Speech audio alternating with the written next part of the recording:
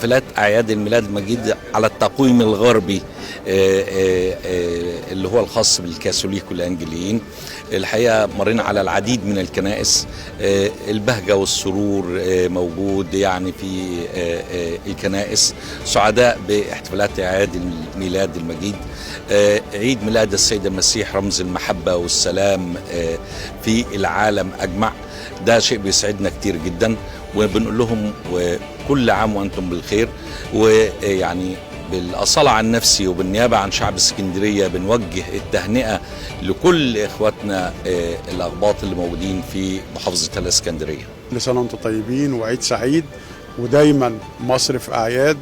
نقول لكل شعب اسكندرية في صحبة معالي الوزير كل سنة وأنتم طيبين، والأعياد دايما تكون في خير وصحة وسعادة لكل المصريين، ويا رب يعم السلام على كل المنطقة والعالم يعني.